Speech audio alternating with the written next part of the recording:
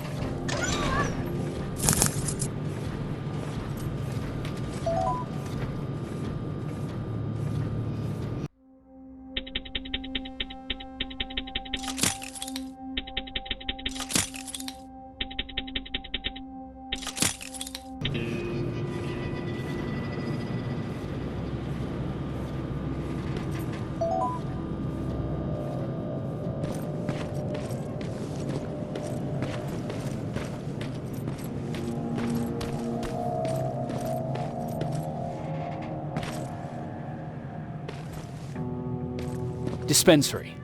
This is it. Looks like Colin was really prepared. Or maybe he was planning to open his own pharmacy once this was all over.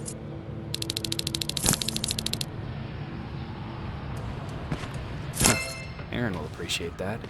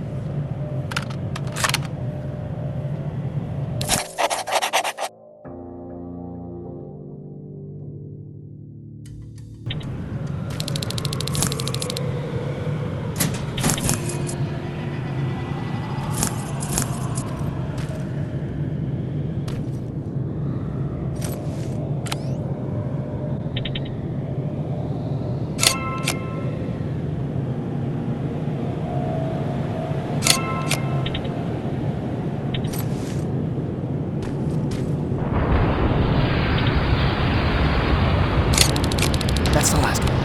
Good job with these picture servants. We're one step closer to preparing to counterattack. We're starting to see why Skynet is so wanted. Now get your ass back to the shelter.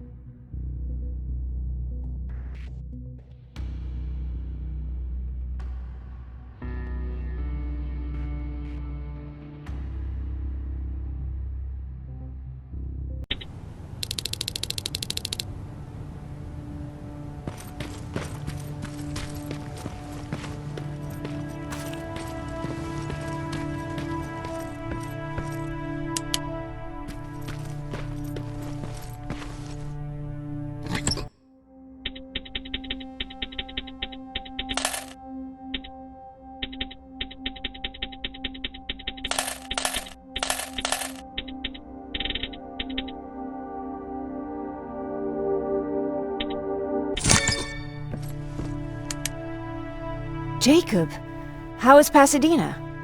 You know what? Forget I asked. I don't want to know. I'm just glad that you're all right. And how are you doing? I guess I'm a little nervous before tomorrow. I never asked you. What are you planning to do tomorrow? I've been meaning to tell you earlier, but I panicked. And that's because I decided to go with Ryan. We'll find somewhere safe, away from all this. You have to understand, I need to do what's best for Patrick. I'm his big sis. I need to protect him. I haven't told him yet. He'll be devastated leaving you and Aaron, but I think it's for the best. Aren't you curious about what happened in Pasadena? No. I think I'd rather keep that place in the past. Actually, I have a confession to make. I've never been outside of Pasadena until now. Can you believe that? That's not surprising. After all, that's where your home is. Where it used to be. Right now, I'm going to try someplace new to call home. I did my traveling through pictures and postcards that wanderers brought with them. My favorite had a little flamingo drinking water from a lake on it. Its long red neck curved like a snake. Patrick's mother gave me that postcard. It's funny how I never met my mother, but I was around to see Patrick's leave him. I thought Patrick was your brother. In our house, we were all brothers and sisters. But me and Patrick, we've always had this special bond. Felt what the other one was feeling. We'd even get sick together. I remember the day Patrick's mom brought him in. They were both tired and dirty, so we took care of them. Patrick was crying a lot. He was teething at the time. I think that was what scared her away. She just couldn't handle the crying. How was she? I loved her. For the time she was with us, I liked to pretend she was my mother, too. After she took off, I was devastated. But my father said, "You need to grow up. You have a brother now." So I burned the postcard. The little red flamingo flew up in flames. And I promised myself I'd never be weak again. But I guess we all need someone we can be weak with sometimes, don't we?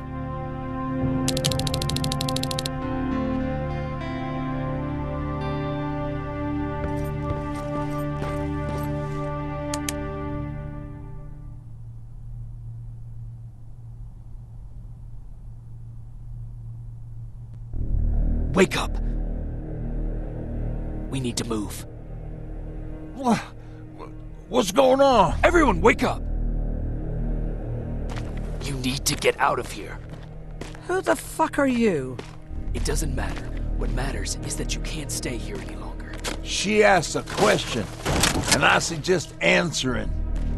You don't want to do that. I've got this place rigged with explosives, and there's a detonator in my pocket. You got what? Do you mind? Lower your gun, Ryan. He's the one that saved my life. What do you want from us? You have to get out of here. Skynet's on its way. They finally found you. What you mean they found us? They were looking for us? Not for you. For him. He's essential to winning this war. Skynet knows that. That's why they've been following him for months. I have to make sure nothing happens to him. In a couple of minutes, an infiltrator will walk in here trying to kill him. I can't let that happen. We have to bury that Terminator here once and for all. All right, everybody, you heard him. Let's get moving. I'll get the bus ready. There's no time for that. There's a passage here. It will lead you out. Use it. What was that? All right, everyone, get out! Jacob! Give me that. It's the same one. It's the same model. Leave! Now! How the hell's he still alive? Go! Go! Go!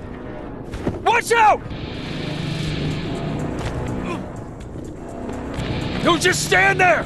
Run!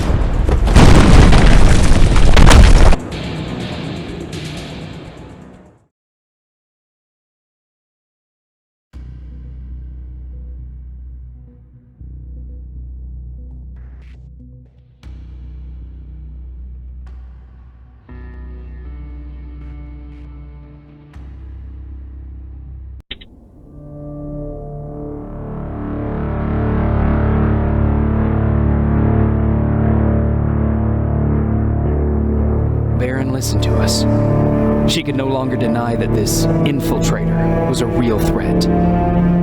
She decided to take everyone in, on her terms.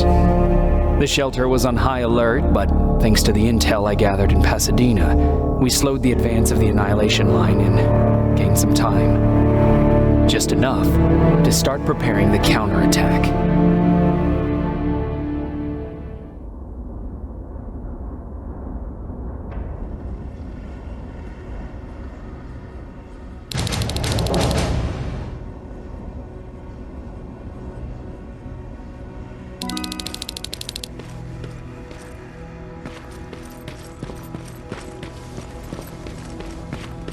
Sergeant, At ease.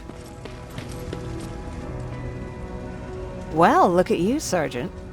When you helped us in Pasadena the other day, I was trying really hard not to panic because you were only a private. Sorry for underestimating you. I guess I should salute or something? Getting ready for another scavenging run? No, I just came out here to catch my breath. Baron is giving us the entire evening off, believe it or not. Doesn't sound like her. How's Patrick? Every day a little better. Aaron says he'll be back on his feet in no time. She's done a great job with him. I wish I could repay her somehow. It just doesn't seem that she needs anything. I need to report to Baron.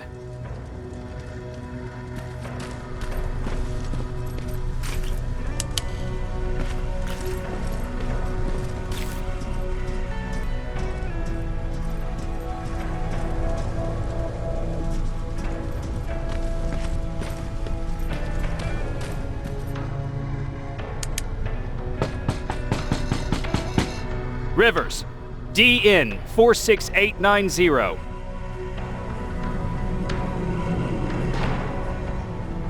the commander is expecting you in the control room, Sergeant. Maraschino cherries again. I don't get it. How did they bring that buggy down here?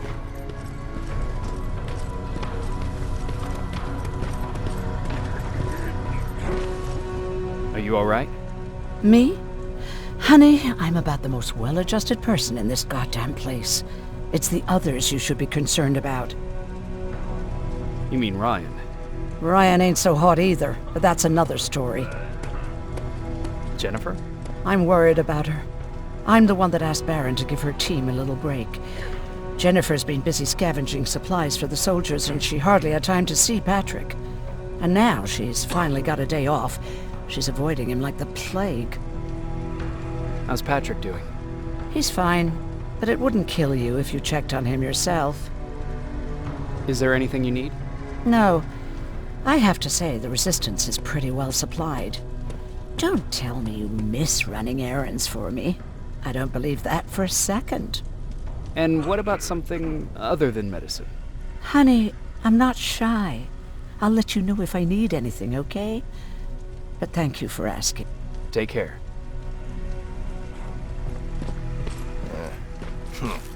It's getting... Alvin lost his Spider Scout again.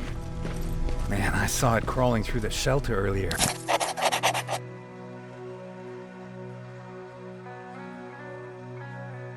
Almost gave me a heart attack. You wanted to see me? You're finally here. Good. I have a special task for you. I want you to head downtown to check on the doctor. Doctor? Alvin. He's out there making sure that our defense systems are working properly. Ever since we went radio silent, I had a small team of trustworthy messengers maintaining communication between our outposts. They haven't returned, so I want you to go downtown and see why that happened.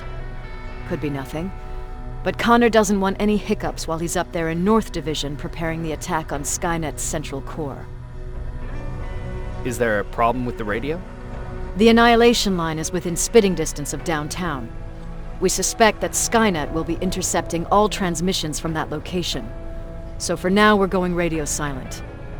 That's why I need you to go there personally. Central core? Skynet's main reactor, the source of all their power. We shut down the central core, we shut down Skynet. Connor's preparing the attack as we speak, so you understand we can't have any critical complications at this stage. If you don't mind me asking, how did you end up here? Excuse me if I act a little surprised, Sergeant. But no one in here thinks it's wise to ask their superior personal questions. But since you did, I'll humor you. So, how did I get here? The same way you did. I was born, raised, then given a gun. We don't really have a say in what we do we? Or do I assume too much? Was it any different for you? Why do you fight, Sergeant? It's the right thing to do. There's nothing noble in what we do. Humans were fighting humans since the beginning of time. It just so happens that right now we have a common enemy. If it wasn't for the machines, we'd probably be fighting each other.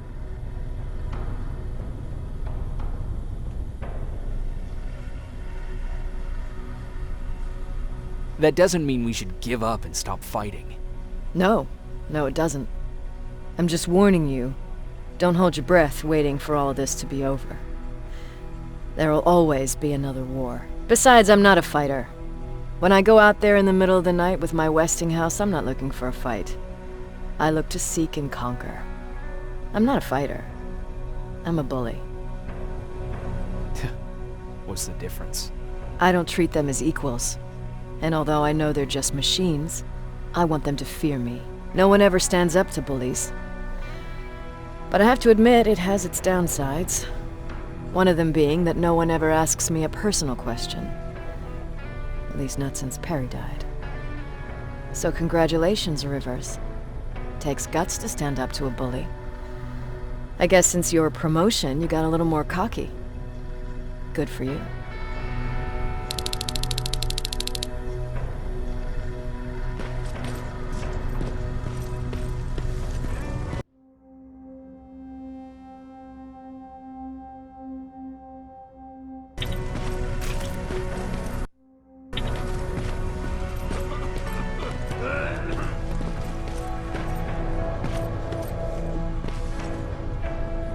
How are you doing? Good. Erin's going to let me leave in a couple of days. Thanks for bringing that chalk. I've been drawing a lot. I'd be so bored without it. How do you like living in the shelter? There's a lot of people here. I like that. I heard a funny joke yesterday. You want to hear it? Yeah, tell me. What's brown and sticky? A stick! That's funny. I know, right? How's Jennifer? She's out a lot, but I understand. She's a scavenger. I have to go.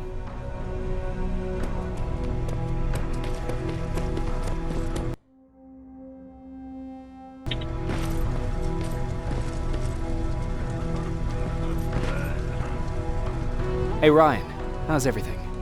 Exactly as you would imagine. Baron's keeping me busy. They weren't kidding when they said she's a hard ass. What did you hear? A lot of rumors going around of how she's sending insubordinate workers to the front line. And by insubordinate, I mean people who ain't willing to work 18 hours a day. Every day. What happened after you started your camp? Honestly, not that much. At least not in the beginning. When we gave up on the idea of getting in touch with anyone, we just tried to adapt. The temperatures fell, we had to scavenge for food. All of a sudden, that became our life. Didn't you try to reach home? Some people did. Most of us were scared of what we'd find if we did get home, so we conveniently said we're stranded here anyways, and stayed. Well, I know how stupid it sounds, but we managed to have fun in our little commune. I still had my guitar with me. We talked a lot about how we're gonna be famous, because we're the only living band in the world. You played in a band? I did. One of the few things I was better at than Tucker. He didn't have much talent, but he loved the idea of sex, drugs, and rock and roll. Especially the first two. We were just stupid kids, not realizing what was going on. We paid the price for it the first time we saw a tin can. I was tuning my guitar when I heard a strange noise. I found out later that it was a T-400. Must have heard me play. It didn't even have the decency to look scary. Maybe if it did, we wouldn't have just stood there when it started firing. What did Tucker do? Well, of course, he was the first one to help. He grabbed a lead pipe and ran up trying to kill it. He screamed like he was leading us to battle. The tin can got Tucker with a single bullet. Bam, just like that. 7 other people died before we finally destroyed that thing. Ironically enough, I was the one who delivered the final blow. Safe to say, it was the beginning of a new era.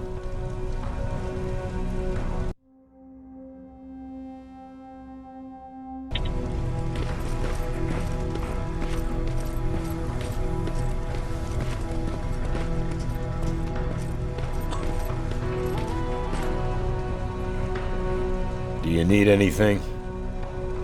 Can I see your hardware?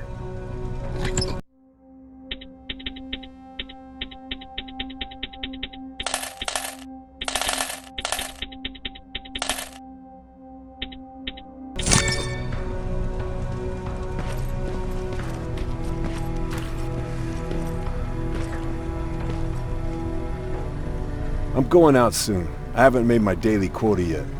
I still have 3 more rats to catch. If you see one, let me know, okay?